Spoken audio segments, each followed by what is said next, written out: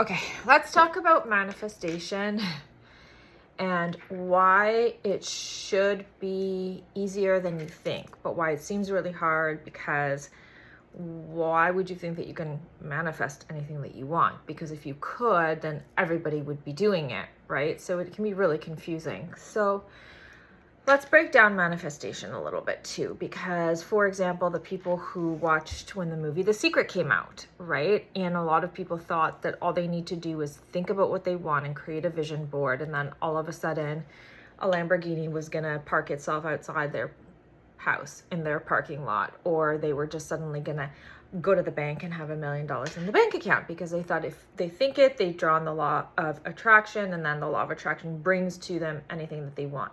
Now, there is an element of truth to that, but the thing with the law of attraction is that it's actually a secondary law. The primary law that governs the law of attraction is the law of vibration. And the law of vibration is really key because it's almost like tuning a radio. You will hear people say it, that you need to be on the right frequency. Now, people who hear law of attraction, law of vibration, immediately sometimes they space out, zone out, or tune out because they think, we're getting into the woo-woo thing. This is not rooted in science, but actually it is. Go check out Nikola Tesla's work. Go check out Albert Einstein. All of the greatest brains of our time know that energy and frequency are a real thing, and they exist in the universe, and everything in the universe is made of energy. So before I totally lose you, just stay with me. Let's stay together. So let's talk about the law of vibration. The law of vibration is really the energy that you're giving out. Like, what vibration are you in, right? If you are constantly down, you're upset, you're living in resentment, you're worried, you're thinking about your debt and your lack, your vibration is going to be on a certain frequency. And that frequency, the law of attraction that's going to be governed by that frequency, is going to attract to you those same types of things. Because when we spend all of our time thinking about worry, lack, and doubt, we somehow always end up seeing more evidence of worry, lack, and doubt, right? So you want to tune that radio, you want to change the frequency, right? And in order to change the frequency, you have to change your vibration, the frequency that you're giving off. So you need to be in a better vibration. How do you do that? Right? You're like, I'm living in doubt. I'm living in scarcity because I have debt, and that's my reality. But the thing about your reality is just a little timestamp of where you are right now. It's not an indicator of what you need to have, but the more that you continue to think about what you have and take that as the truth and the reality and all of that you can achieve, that's the stuff that you're going to keep attracting to you. You need to tune the frequency. You need to raise the vibration. You need to go to a different frequency. So in order to do that, you need to be feeling better. You need to be imagining, and you need to be really emotionally attached to the things that you really want, right? How many times have you asked yourself that? What do I really want? So many of my clients say, I just really don't even know where to start. I don't know how to figure out what I want. I've never asked myself that question. You know, kids, they're great. My 5 and my 7-year-old, they're great. They're like, Mommy, I want this. Mommy, I want that. I want, because their world revolves around them, right? So they're very clear on all of the things that they want. They have a great imagination, and they have no lack. They have no scarcity. So to them, the concept that they can have anything that they want is very real. Whereas when you become an adult, you kind of get that milked out of you, and you kind of get accustomed to thinking that you shouldn't want things, and in fact it's selfish to want things. It's not selfish, it's not greedy. You should want things. You should want better things. You should want nicer things, because with better and nicer things, the person that you have to become to get better and nicer things, that person needs to grow. And when you grow, the things that you attract into your life, those are just the byproduct. Those are just the results of your growth, because what you actually achieve at that level, you achieve more success, more happiness, better health, right? And it's the person that has those growth qualities that then attracts the other things. Now, when I say things is also time, energy, health, joy. Those are also things that you should have when you raise your vibrations. So when you're thinking about, how do I create a different reality? How do I create a different environment for myself? How do I even get started? the first thing that you need to do is you need to check yourself and assess what vibration are you in. I can tell you that my story, I've manifested many things, good and bad. Mostly good, but that's only after I learned how to actually use the law of vibration and the law of attraction, right? How to put myself in a better vibration and start to expect and attract better things. Before that, I attracted to myself a lot of bad things. And you can say, oh, it's a coincidence, or, oh, sometimes bad things just happen. And there is things that happen. I mean, I don't necessarily control the weather, I don't necessarily control other drivers on the road. However, I do attract to me certain things. And before I really learned to use my mind and to use my vibration in the way that I want it to behave, I was a worrier. I would worry about so many different things. And I would always think that's just part of my personality. I'm just somebody who is high strung. It's in my genetics. A lot of my family members are high strung and they're worriers. So I worry, right? So what was my vibration? My vibration was constantly dreading, fearing, doubting, resenting, being upset. I was upset all the time. And guess what? My reality, even though it was always pretty good, my reality always felt like things were really hard. Or I always had something happen that would be unfortunate, or I just wouldn't be able to get ahead. I had so many jobs looking back, and I would just feel like I'm spinning my wheels and I'm not getting anywhere. I'm not getting that promotion that I want, or I'm watching other people somehow be able to create things that I wasn't able to create. And it made me feel like I wasn't smart enough, and I wasn't capable enough, and I wasn't successful enough. If I dissect and I go way, way, way, way back, then I would have to say that school wasn't very easy for me. So even as a kid, I just didn't feel smart. I didn't feel like the kid that was gonna be a doctor and an architect. And I could see that work and schoolwork and homework and everything that I had to do, I had to work a lot harder. I was a slow reader, or math was just so hard for me. Everything would just felt hard, even as a kid, right? And so you have the report card syndrome. Bob Proctor talks about it, the report card syndrome, where when you are constantly getting B's and C's and you have to really just claw your way to an A, well, what kind of mind does that set up as a kid? That maybe they're not very smart, or that maybe school is too hard, and maybe they're not meant to be successful, right? Because school is meant to somehow prepare you to be super successful. In my situation, school was really hard. It was a struggle. I felt like I had to work 5 times harder than other peers. By the end of university, I was able to get good enough grades that I could go on to my master's, but I just wasn't sure what I wanted to do. And I just didn't feel like I would have success. And spoiler alert, for many, many years, I didn't.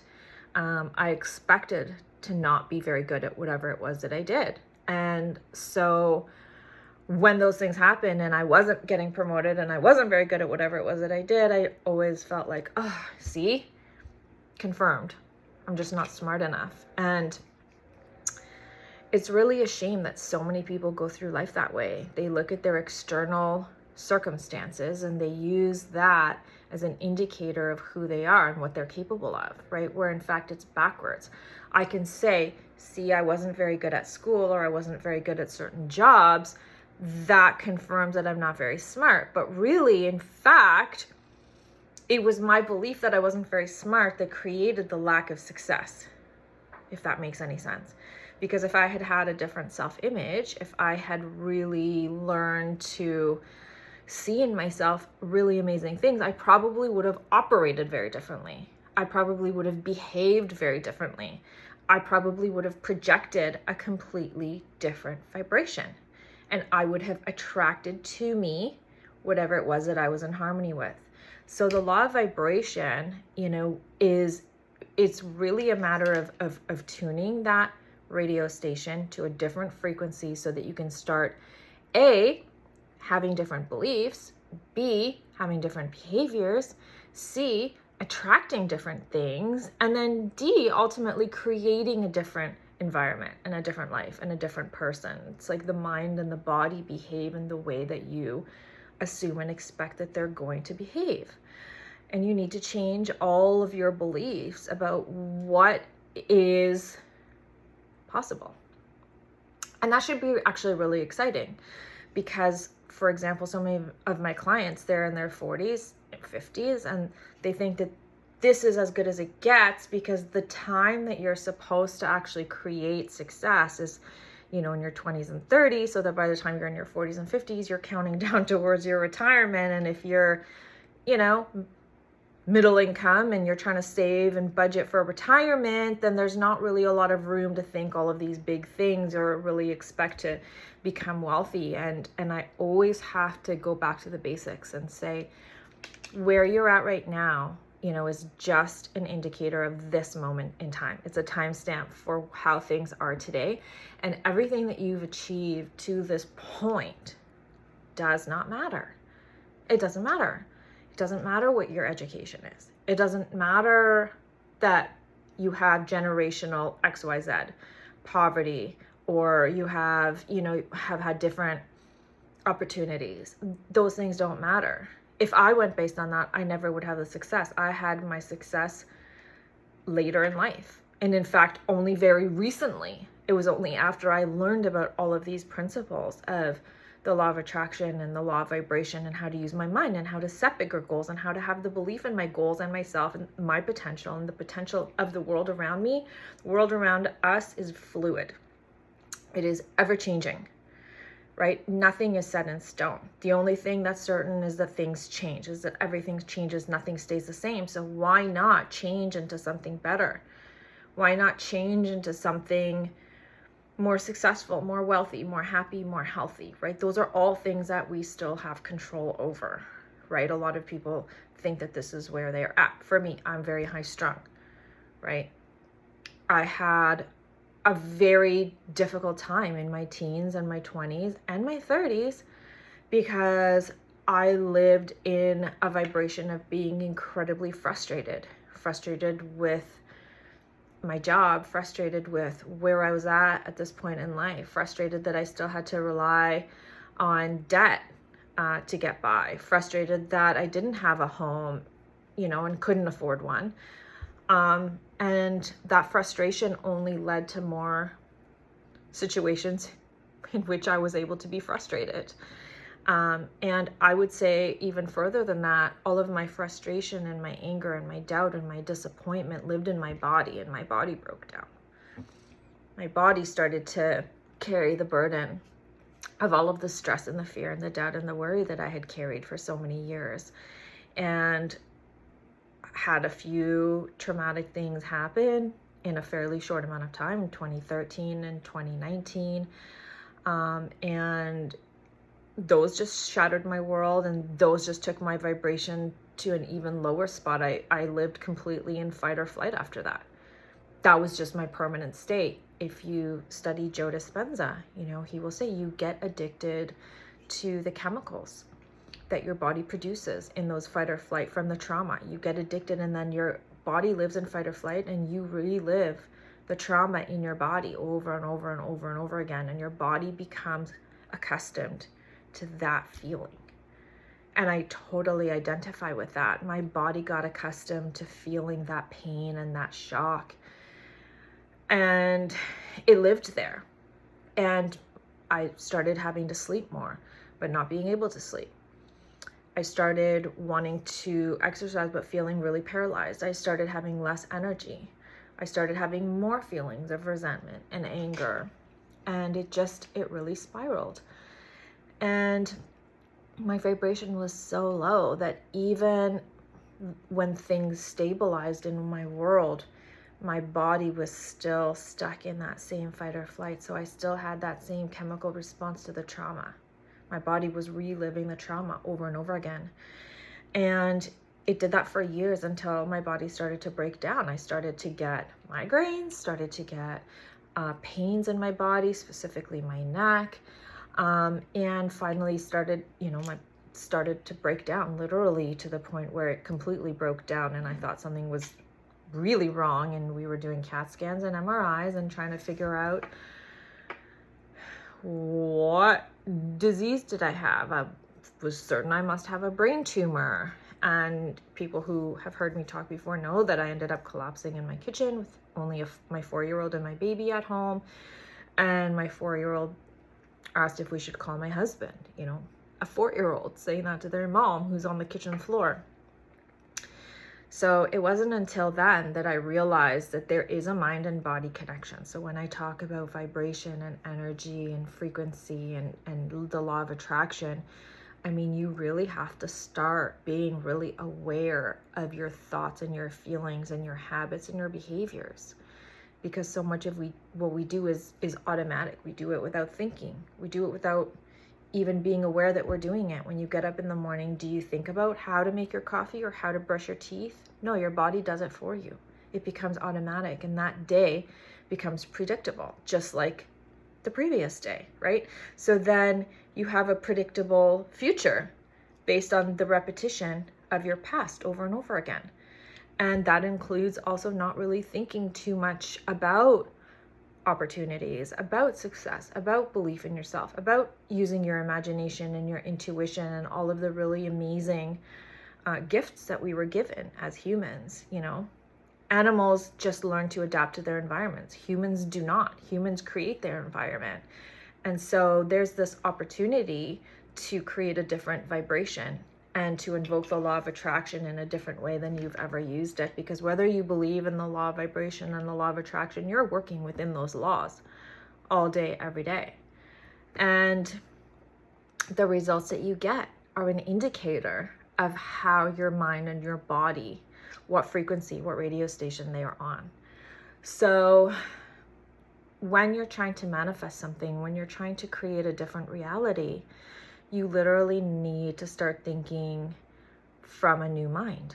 And you need to start to think from a new mind by becoming aware of the old mind. What is the old mind feeling? What is the old mind thinking? What thoughts am I having? What feelings do I have when I think those things? What beliefs do I have, and where did they come from? Are they even my beliefs? Or are they just beliefs that I accept because they were ingrained to me by my parents, my environment, my teachers, my role models? You can change all of the thoughts. You can accept or reject every thought that you think and every belief that you have.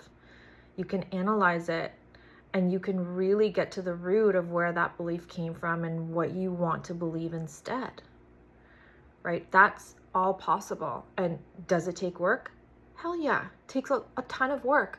But sometimes we also need to do the work in order to get to a different place in our lives, right? So if you want to attract different things into your world, right, you need to be on a different radio station. The vibration that you give off needs to take you to a different frequency so that you can start to attract different things and opportunities and people. And you need to do that by thinking different thoughts about yourself, about the world, about what you expect. You need to get clear on your goals. You can't attract to you things that you don't even know exist. I mean, the things that you're going to attract are not going to be the things that you expect, because the how you get to wherever it is that you're going,